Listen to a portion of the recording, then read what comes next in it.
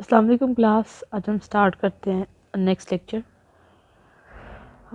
हम पढ़ रहे थे अल्ट्रा स्ट्रक्चर ऑफ क्रोमोसोम, तो हम वहीं से स्टार्ट करते हैं। क्रोमोसोम जो है ना वो अपीयरेंस में वाइडली डिफरेंशिएट करता है, ठीक है। वेरी करता है साइज़ में, स्टेनिंग प्रॉपर्टीज़ में, लोकेशन ऑफ सेंट्रोमियर में, लेंथ ऑफ टू आर्म्स, जो टू आर्म्स होती हैं उसकी सेंट्रोमियर के साइड से जो निकलती हैं, ठीक है, उसके अंदर जो कंस्ट्रिक्शंस प्रेजेंट होती हैं उनकी बेस पे, इन सब बेस पे क्या करता है क्रोमोसोम वेरी करता है। मतलब एक स्पीशी में और तरह का हो सकता है, दूसरी में दूसरी टाइप का हो सकता है। उसकी यूजुअल शेप क्या होती हैं, आई, जे और वी टाइप की। ये हम नेक्स्ट अभी पढ़ते हैं, आई, जे और वी टाइप की शेप्स कौन सी होती हैं। जो नॉर्मली इसके अंदर चीज़ें प्रेजेंट होती हैं क्रोमोसोम के अंदर, वो टीलोमेयर होता है, क्रोमेटिड्स होते हैं, सेंट्रोमेयर होता है, प्राइमरी कंस्ट्रिक्शंस और सेकेंडरी कंस्ट्रिक्शंस होती हैं। सबसे पहले पढ़ते हैं हम टीलोमेयर। टीलोमेयर एक्चुअली एक कैप होता है जो हर क्रोमोसोम के एंड पे प्रेजेंट होता है। टीलोमेयर क्या है, एक कैप होता है जो हर क्रोमोसोम के एंड पे प्रेजेंट होता है। इसके अंदर स्पेसिफिक प्रोटीन्स होती हैं जो इस टीलोमेयर को बाइंड करके रखती हैं, ठीक है। और जो प्रोटीन्स होती हैं वो क्या करती हैं, प्रोटेक्ट करती हैं। ये जो प्रोटीन्स होती हैं टीलोमेयर के कैप के ऊपर। टीलोमेयर एक्चुअली क्या है, एक कैप है, ठीक है, जो क्रोमोसोम पे प्रेजेंट होता है। इसके अंदर क्या होती हैं, स्पेसिफिक प्रोटीन्स होती हैं, ठीक है। और वो कौन सी प्रोटीन्स होती हैं, जो कि क्रोमोसोम को एक्सोन्यूक्लियस के अटैक से बचाती हैं। बेटा एक्सोन्यूक्लियस एंजाइम्स होती हैं जो कि कैपेसिटी रखते हैं क्रोमोसोम को कट करने की, क्रोमोसोम को तोड़ने की कैपेसिटी रखते हैं। उसको हम क्या बोलते हैं, एक्सोन्यूक्लियस या एंडोन्यूक्लियस, ये एंजाइम्स होते हैं। न्यूक्लियस एंजाइम्स होते हैं, ठीक है, जो क्या कैपेसिटी रखते हैं क्रोमोसोम को ब्रेक करने की। तो ये जो प्रोटीन है टीलोमेयर के अंदर प्रेजेंट होती हैं, ये क्या करती हैं, प्रोटेक्ट करती हैं क्रोमोसोम को कि वो एक्सोन्यूक्लियस की एक्टिविटी से बच सके, ठीक है। टीलोमेयर क्या करता है, डीएनए को रेप्लिकेशन कंटिन्यू करने का परमिट देता है, ठीक है। उसके अलावा ये अटैचमेंट टू न्यूक्लियर मेम्ब्रेन में भी इन्वॉल्व होता है, ठीक है। उसके बाद ये pairing of chromosome, homologous chromosome जो होती है मियोसिस में, उसके अंदर जो पेयरिंग होती है वो भी किसकी वजह से होती है, टीलोमेयर की वजह से होती है। The structure of telomeric DNA is very similar in all eukaryotic. जो डीएनए टीलोमेरिक कैप के अंदर प्रेजेंट होते हैं ना, जो टीलोमेयर के अंदर डीएनए प्रेजेंट होते हैं, वो सारे यूकैरियोट्स के अंदर सिमिलर ही होते हैं, ठीक है। जो एक स्ट्रैंड है डीएनए का, जो टीलोमेयर के अंदर डीएनए प्रेजेंट होता है, हम उसकी बात कर रहे हैं। जो डीएनए टीलोमेयर के अंदर प्रेजेंट होता है उसका एक स्ट्रैंड जो होता है उसके अंदर ग्वेनिन बहुत ज़्यादा होती है, और वो किसकी तरफ होता है, उसका रुख किसकी तरफ होता है, end of the chromosome, chromosome के एंड की तरफ। क्लियर है।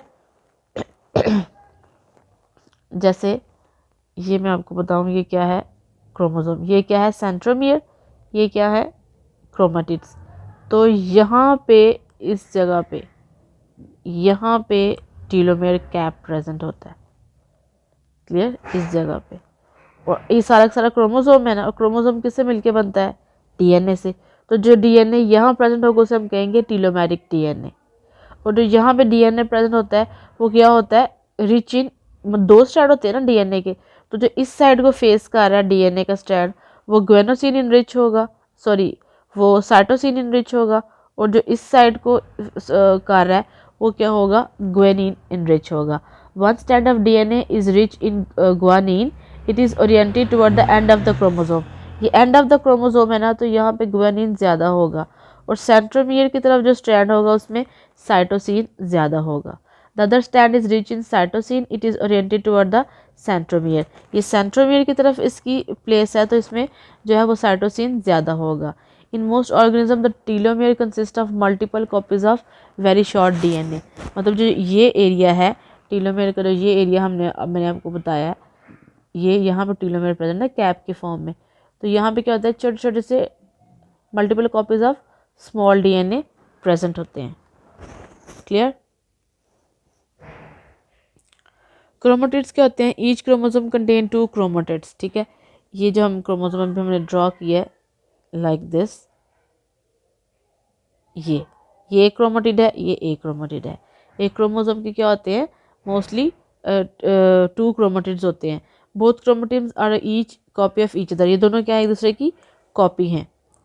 Chromatids are held together by centromere, यहाँ पे मतलब दोनों आपस में जुड़े हुए हैं, कहाँ पे, इस सेंट्रोमियर से, या सेंट्रोमियर प्रेजेंट है। But chromatids are separate from each other during anaphase. आपको पता है कि जब क्या होती है वो सेल साइकिल होता है तो एनाफेज जब होती है तो ये दोनों क्रोमेटिड्स क्या हो जाते हैं, अलग अलग हो जाते हैं। Centromere, the chromatids of each pair of homologous chromosomes are held together at centromere। अभी मैंने आपको बताया कि जो दोनों क्रोमेटिड्स हैं वो कहाँ पे मिलते हैं, एक पॉइंट पे जिसे हम क्या कहते हैं, सेंट्रोमियर। और ये सेंट्रोमियर ही ऐसा पॉइंट होता है जहाँ से क्या करते हैं, दोनों क्रोमेटिड्स सेग्रीगेट करते हैं, सेपरेट होते हैं। और इस क्रोमेटिड के ऊपर क्या होता है, कनेटोकोर अटैच होते हैं। आपको पता है ये जो क्रोमोसोम अभी मैंने ड्रॉ किया है इस तरह से लाइक दिस, यहाँ पे सेंट्रोमियर प्रेजेंट है, तो यहाँ पे क्या होता है, कनेटोकोर अटैच होता है, ठीक है। फाइबर्स जो होते हैं जिसकी वजह से ये ऑपोजिट पोल पे मूव करता है ड्यूरिंग सेल डिवीजन। तो यहाँ पे कनेटोकोर होता है जिसकी वजह से आके स्पिंडल फाइबर या माइक्रोट्यूब्यूल्स यहाँ पे अटैच करते हैं। It guides the movement of chromosome to the pole, जिसकी वजह से क्या होता है, ऑपोजिट पोल्स के ऊपर, ये हम सेल डिवीजन में बड़ा क्लियरली पढ़ चुके हैं, जिसकी वजह से क्या होता है जो क्रोमोसोम है वो ऑपोजिट पोल पे मूव कर जाते हैं। Kinetochore is organise around the centromere. Kinetochore आपको पता है सेंट्रोमियर के ऊपर प्रेजेंट होता है। The molecular structure of centromere is most species are still unclear, कि इसका स्ट्रक्चर बड़ी स्पीशीज में भी क्या है, अनक्लियर है। Centromere contains repetitive DNA. Centromere के अंदर रिपीटेटिव डीएनए होते हैं, मतलब एक जैसे बहुत ज़्यादा डीएनए होते हैं जिन्हें हम क्या कहते हैं, हेट्रोक्रोमेटिन कहते हैं। प्राइमरी कंस्ट्रिक्शंस आ गई हैं उसके बाद। Each chromosome has special constrictions at 2 points. First constriction is present at site of centromere, it is called primary constriction. दो तरह की कंस्ट्रिक्शंस होती हैं, एक क्या होती है प्राइमरी कंस्ट्रिक्शन, दूसरी क्या होती है सेकेंडरी कंस्ट्रिक्शन। जो कंस्ट्रिक्शन कहाँ पे प्रेजेंट होती है, सेंट्रोमियर के पास, ये देखिए, जो यहाँ पे यहाँ इसका साइज़ क्या है, वाइड है, यहाँ आके बारीक हो गया, इसको हम क्या कहते हैं, कॉन्स्ट्रिक्शन। ये कौन सी कॉन्स्ट्रिक्शन है, प्राइमरी कॉन्स्ट्रिक्शन। कोई भी चीज़ है वो जहाँ से पिंच हो रही होती है, अगर ये जिस तरह मूव कर रहे हैं ये, तो ये जो ये पॉइंट है ये क्या है, कॉन्स्ट्रिक्शन। इस तरह से इसकी भी यहाँ पे कॉन्स्ट्रिक्शन प्रेजेंट होती है सेंट्रोमियर के पास, इसको हम क्या बोलते हैं, primary constriction. Secondary constriction, one or more pair of chromosome in each species have also secondary constriction. It does not stain well. Nucleolus is attached with this region. This region form nuclear organizer. ठीक है, कल में nucleolus पढ़ा था, हमने पढ़ा कि nucleolus कहाँ प्रेजेंट होता है, न्यूक्लियोलर रीजन पे, और यहीं पे क्या होती हैं, सेकेंडरी कंस्ट्रिक्शंस प्रेजेंट होती हैं। This secondary constriction are always constant in their position, मतलब ये इनकी पोजीशन सिमिलर ही होती है, चेंज नहीं होती। Therefore this can be used as marker to identify particular chromosome। इसलिए हमें पता है कि ये कौन सा क्रोमोसोम है, क्योंकि हर क्रोमोसोम की अपना स्पेसिफिक न्यूक्लियर ऑर्गेनाइजर होता है और स्पेसिफिक सेकेंडरी कंस्ट्रिक्शन होती है। तो इसलिए हम क्या कर सकते हैं, आइडेंटिफाई कर सकते हैं क्रोमोसोम को on the base of nucleolus organiser region या फिर secondary constrictions. Sixth one is nucleolus organizer region. It is a chromosomal region around which the nucleolus form। हमें पता है कि इस रीजन के ऊपर क्या बनता है, न्यूक्लियोलस बनता है। This region is the particular part of chromosome that is associated with the nucleolus.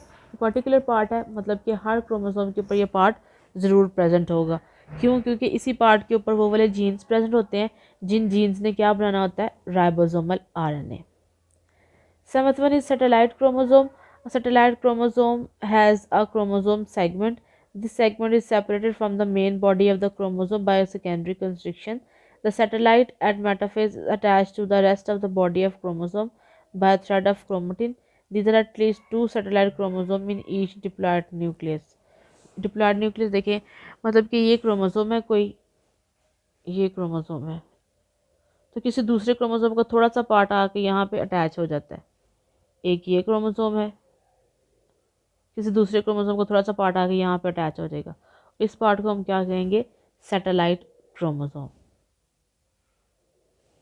Clear. और हम कह रहे हैं कि डिप्लॉयड न्यूक्लियस के अंदर दो सैटेलाइट क्रोमोसोम होते हैं, ठीक है। ऑब्वियसली जब एक डिप्लॉयड न्यूक्लियस उसके अंदर क्रोमोसोम भी तो 2n है ना, एक ये और एक ये, एक सैटेलाइट क्रोमोसोम यहाँ प्रेजेंट होगा, एक यहाँ प्रेजेंट होगा, तो एक डिप्लॉयड 2n के अंदर एक ये वाला सैटेलाइट क्रोमोसोम और एक ये वाला सैटेलाइट क्रोमोसोम। सैटेलाइट क्रोमोसोम कोई भी क्रोमोसोम का छोटा सा सेगमेंट होता है जो कि मेन बॉडी से उतर के सेकेंडरी कंस्ट्रिक्शन की वजह से मेन बॉडी से उतर के किसी दूसरे क्रोमोसोम पे जाके अटैच हो जाता है, उसे हम क्या कहते हैं, सैटेलाइट क्रोमोसोम। एक डिप्लॉयड न्यूक्लियस के अंदर 2 सैटेलाइट क्रोमोसोम प्रेजेंट होते हैं। टाइप्स ऑफ क्रोमोसोम है, टाइप्स ऑफ क्रोमोसोम है टीलोमेरिक, एक्रोनेमेटिक, सब मेटा सेंट्रिक और मेटासेंट्रिक। इसकी क्लासिफिकेशन हम करते हैं सिर्फ पोजीशन ऑफ सेंट्रोमियर की बेस पे कि पोजीशन ऑफ सेंट्रोमियर कहाँ प्रेजेंट है। अगर सेंट्रोमियर कहाँ प्रेजेंट है, present at the end, and के ऊपर प्रेजेंट है, ठीक है, जिस तरह ये आपको नज़र आ रहा है इसके अंदर, ये बिल्कुल क्या है, एंड पे प्रेजेंट है। इस तरह से क्रोमोसोम है और यहाँ पे सेंट्रोमियर प्रेजेंट है, तो हम इसे क्या कहेंगे, टीलो सेंट्रिक। इसे हम क्या कहेंगे, टीलोसेंट्रिक, या हम इसे क्या कहते हैं, इसको हम आई शेप भी कहते हैं, ठीक है, क्योंकि आई की फॉर्म में लग रहा है, टीलोसेंट्रिक कहेंगे। Second is acrocentric, the centromere present near the end, मतलब कि बिल्कुल एंड के करीब। एक तो ये था ना कि बिल्कुल एंड, सॉरी एंड पे प्रेजेंट है, एक क्या था कि एंड पे प्रेजेंट है, अब ये एंड पे नहीं है बल्कि,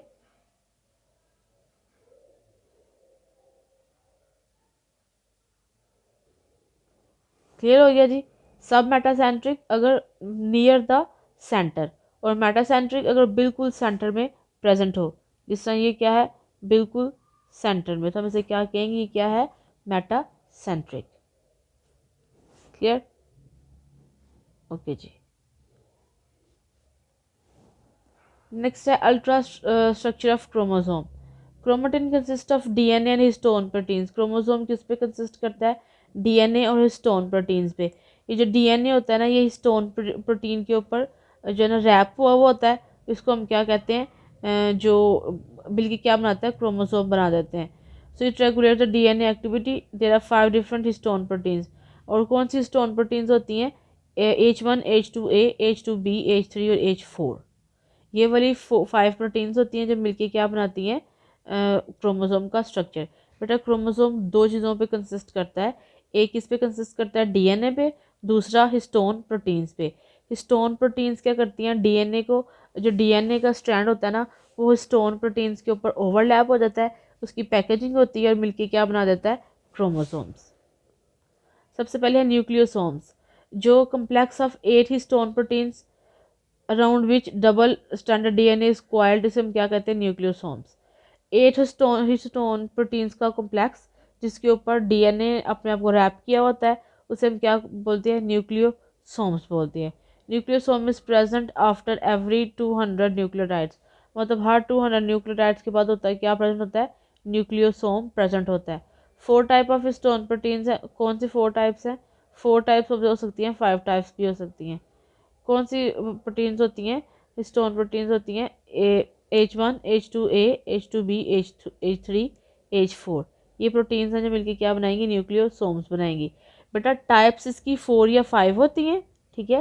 हिस्टोन प्रोटीन्स की टोटल कितनी टाइप्स हैं, 5 टाइप्स हैं, लेकिन जो न्यूक्लियोसोम्स बनाती हैं वो 4 टाइप्स हैं। लेकिन कॉम्प्लेक्स के अंदर टाइप्स यही 4 हैं, लेकिन होती कितनी है, 8 हिस्टोन प्रोटीन्स होती हैं, ठीक है।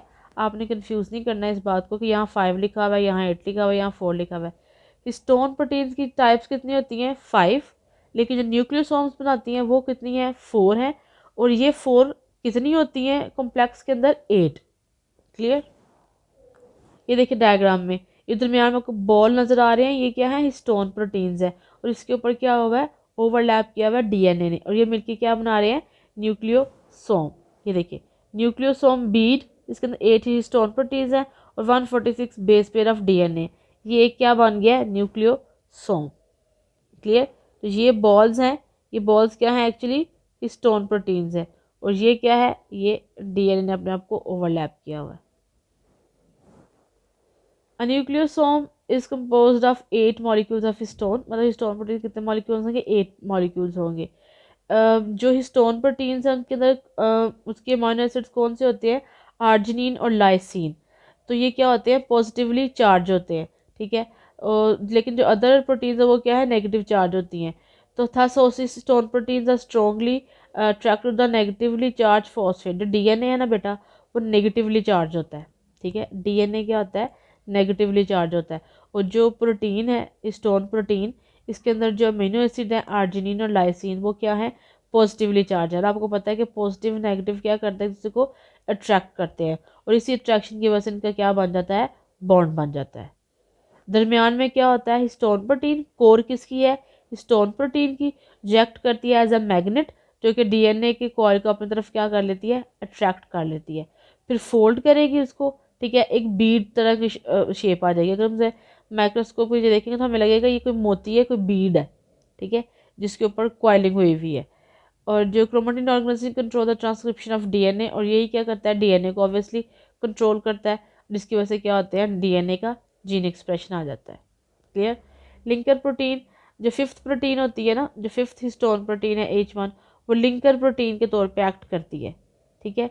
लिंकर प्रोटीन के तौर पे एक्ट कैसे करती है कि वो न्यूक्लियोसोम नहीं बनाती, बल्कि वो डीएनए को फिक्स करती है न्यूक्लियोसोम के साथ, ठीक है, मतलब कि वो सेंट्रल वाला स्ट्रक्चर बनाने में हेल्प आउट नहीं करती।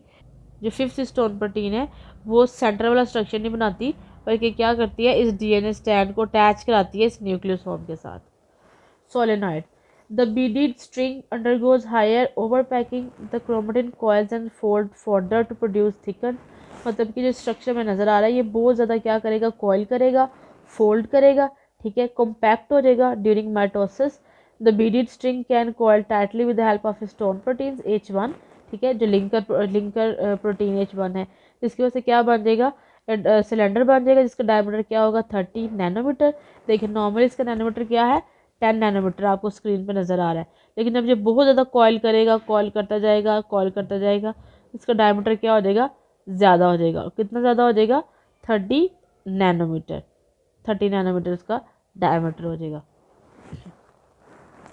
और जब ये 30 नैनोमीटर डायमीटर हो जाएगा, पहले हम इसे क्या कह रहे हैं, न्यूक्लियोसोम कह रहे हैं, और जब इसका 30 नैनोमीटर डायमीटर हो जाएगा हम इसे क्या कहेंगे, solenoid. Fourth one is looped domain और loops of chromatin, solenoid fiber form loop called loop domain. अब जो सोलेनॉइड है वो क्या बनाएंगे, लूप्स बनाएंगे। लूप्स मतलब जिस तरह ये आपको नज़र आ रहे हैं पैकेट्स, इस तरह के पैकेट्स, एक ये लूप है, एक ये लूप है, ये 10 nm के लूप है ना, वो 30 nm के लूप होंगे, उसे हम क्या कहेंगे, ये क्या है, लूप डोमेन्स है। Metaphase chromosome, the metaphase chromosome themselves coil and fold into mitotic chromosome. It further compact all chromatin, thus it produces characteristic metaphase chromosome. Not all chromatin is actively active. Some human genes are active only after adolescence. मतलब कि metaphase chromosome मतलब कि और packing हो जाती है, most condense form में आ जाते हैं, ठीक है, उसे हम मेटाफेज क्रोमोसोम कहते हैं।